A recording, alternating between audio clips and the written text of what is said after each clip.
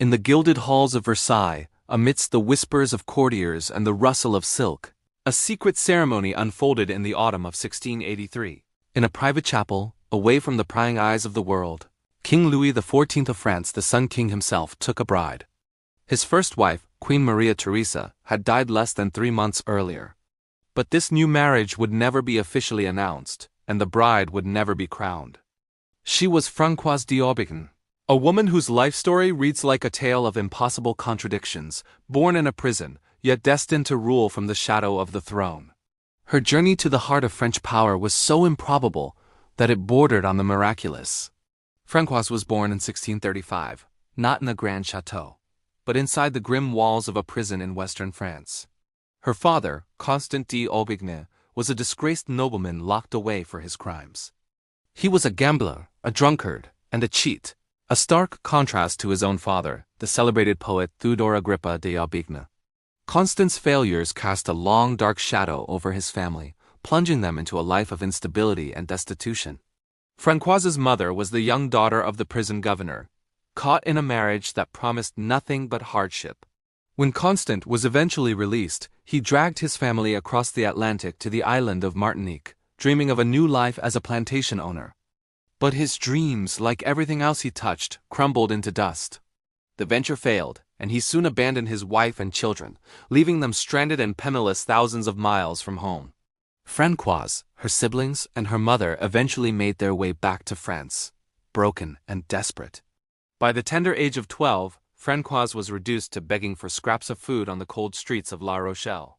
Her beginning was not just humble, it was bleak. Salvation, or at least a temporary reprieve, came from her Protestant Huguenot relatives. They took her in, offering not just shelter but an education. It was here that the young Françoise began to cultivate the sharp intellect and disciplined mind that would later become her greatest assets. Her journey took another turn when her godmother, a devout Catholic, placed her in a convent. Françoise initially resisted the pressure to convert from her family's Protestant faith.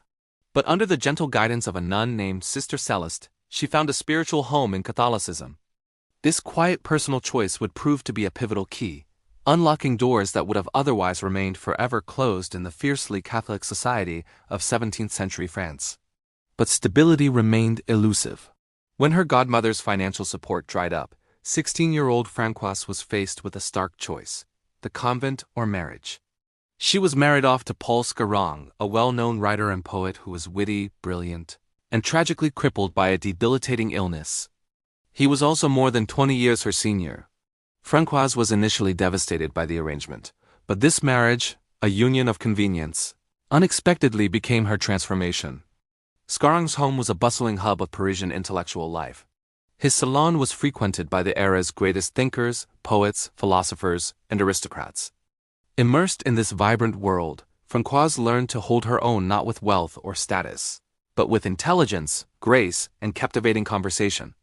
She was a quick study, absorbing everything around her.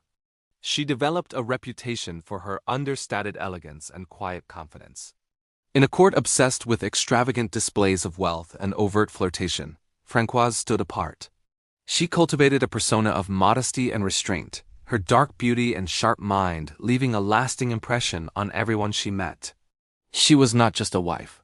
She was becoming a master of social navigation. But her world shattered once again when, at just 25, she was widowed. Scarron left her with little more than a mountain of debt. For the next decade, she survived on the charity of friends and the small pension granted by the Queen Mother, Anne of Austria. She was adrift, a respectable widow with no fortune and an uncertain future. Her life took its most dramatic turn through a connection she had made in Scarron's salon. She was hired for a clandestine and crucial role: to be the governess to the illegitimate children of King Louis XIV and his glamorous, powerful mistress, Madame de Maintenon. The position was delicate. The children's existence was a secret, and Françoise was tasked with raising them in quiet obscurity. Initially, King Louis barely noticed her. He found her rigid, overly pious, and a bit of a bore. He referred to her dismissively as Madame de la Sévérité, Mrs. Seriousness. But as the years passed, he couldn't help but observe her unwavering devotion to his children. He saw her calm strength, her quiet competence, and the genuine love she poured into their upbringing. While Madame de Maintenon was often consumed by the drama and politics of the court, Françoise provided a steady, nurturing presence for the children. Slowly the king's dismissal turned to respect, his respect to admiration, and his admiration to a deep, personal trust. As Louis XIV aged, he began to turn away from the excesses of his youth. He grew more devout, more reflective, and sought solace not in frivolous pleasures, but in genuine companionship. He found that companionship in Françoise. She became his confidant, the one person with whom he could speak plainly, away from the flattery and intrigue of the court. Her influence grew quietly but steadily. She encouraged his piety and a more restrained moral atmosphere at Versailles. In recognition of her service and his growing affection, the king granted her the title of Marquise de Maintenon, along with a handsome estate. She had arrived. When Queen Maria Theresa died in 1683, the king made a decision that stunned the inner circle of the court. He secretly married Françoise. She was 48. He was 45. It was a morganatic marriage, meaning that despite being the king's wife, she would never be queen. She would hold no official title, wield no official power. She remained, in the eyes of the public, the governess, the marquise. But behind the scenes, she was the king's closest advisor, his partner, his wife. For the next 3 decades, she was the most powerful woman in France. Courtiers who once scorned her humble origins now vied for her favor. They whispered behind her back, calling her a manipulative schemer who had bewitched the king. But her influence was undeniable. The glittering, often decadent court of Versailles was gradually reshaped under her guidance into a place of greater decorum and piety. Françoise never forgot her own impoverished beginnings. One of her most enduring legacies was the creation of the Maison Royale de Saint Louis at Saint-Cyr, a school for the daughters of impoverished noble families. It was a revolutionary institution for its time, providing girls with a rigorous academic and moral education. For Françoise, it was more than a charity project. It was a reflection of her own life's journey, a way to give other girls the opportunities she had so desperately lacked. After Louis XIV's long reign ended with his death in 1715, Françoise retired to Saint-Cyr. She lived out her final years humbly among the students she so loved, a world away from the power and splendor of Versailles. She died in 1719 at the age of 83. Near the end of her life, she meticulously destroyed many of her personal letters and papers, deliberately curating the stories she would leave behind. Other documents were lost to fire, leaving her true thoughts and motivations forever fragmented, a puzzle for historians to debate.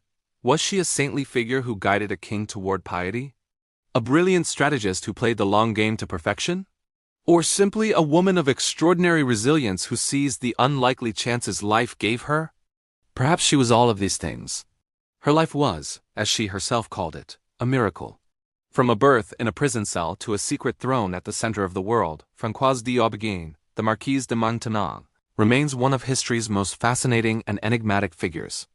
Without ever wearing a crown, she ruled a king and forever changed the course of France. Thank you for watching. If you enjoyed this journey into the past, don't forget to like, subscribe, and hit the notification bell for more hidden stories from history.